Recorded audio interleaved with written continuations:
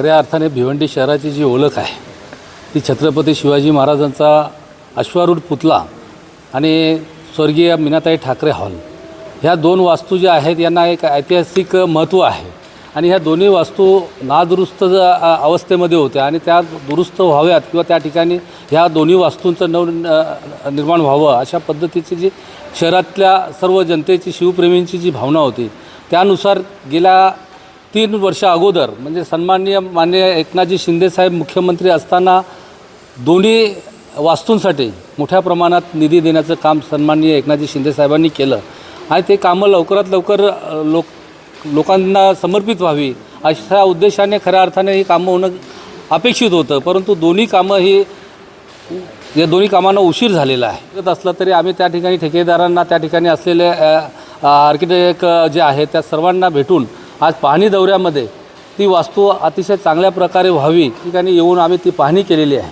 निश्चितच हे काम चांगल्या पद्धतीचं व्हावं, भले त्याला आणखी आता इतका उशीर तर झालेलाच आहे, 2 महिने एक्स्ट्रा आणखी लागले चालतील, परंतु चांगल्या पद्धतीचं काम होऊन या भिवंडी शहराची जी ओळख आहे ही पुन्हा चांगल्या पद्धतीने व्हावी हा ठेकेदार आणि सर्वांच्या मते की जुलैपर्यंत होईल, ऑगस्टपर्यंत झालं चालेल, परंतु काम चांगलं उत्तम दर्जेदार अशा पद्धतीचं व्हावं ही आमची सर्वांची अपेक्षा आहे आणि त्याप्रमाणे ह्या ठिकाणी काम झालं नाही तर निश्चितपणे आम्ही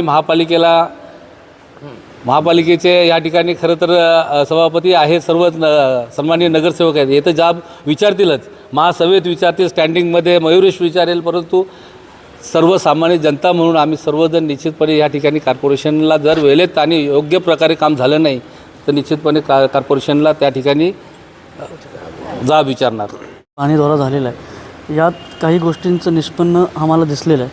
स्टँडिंग कमिटीचे सदस्य असल्यामुळे मला काय अधिकार आहेत त्या अधिकारांचा वापर करून मी इथे जे ठेकेदार काम करत आहेत त्याचे तुटा दिसलेत मला, त्याच्यावर मी निवारण करायचा प्रयत्न करणार आहे. खरं तर आता सध्या जिथे मी उभा आहे ते मीनाताई ठाकरे हॉल आहे. इथे काही टेक्निकल गोष्टी आहेत, ठीक आहे, ठेकेदार येतो, काम करतो, काम करून निघून जातो, पण नंतर ते बोहायला लागतं ते नगरपालिकेला, ते होता कामा नये.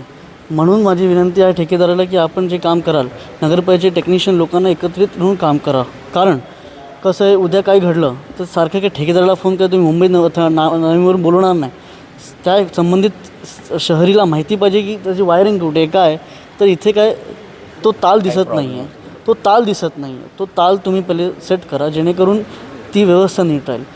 बाहेरचे कलाकार इथे येतात, नाटक सादर करतात आपले, त्यांना सोयीसुविधा चांगली पाहिजे, म्हणजे ग्रीन रूम असेल याच्यावर लक्ष देणं गरजेचं आहे.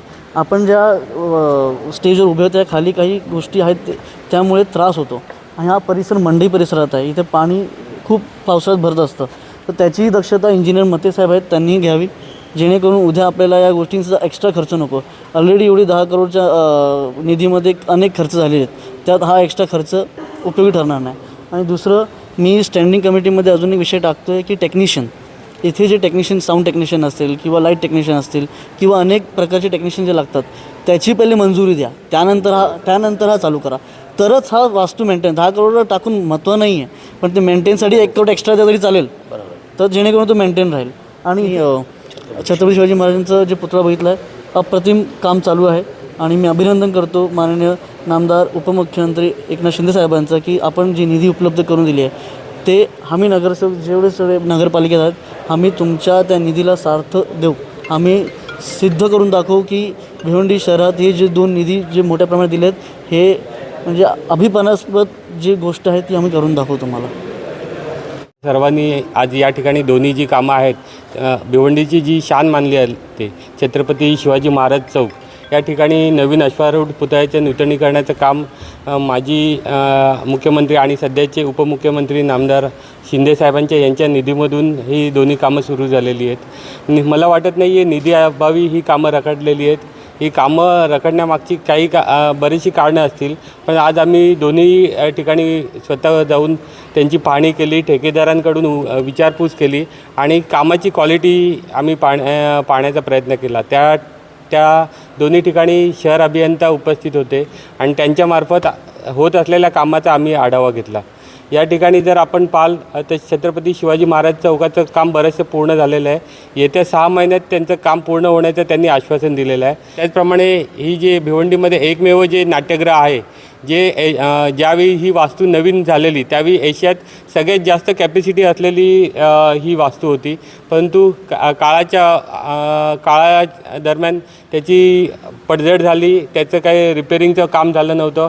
माननीय नामदार शिंदेसाहेबांनी त्याच्यासाठी निधी उपलब्ध करून दिली आणि आज कामाचं स्वरूप चांगलं आहे। येत्या 2-3 महिन्यामध्ये इकडच्या ठेकेदारांनी सांगितलेलं आहे आम्हाला की 2-3 महिन्यामध्ये याचं आपण ओपनिंग करू शकतो।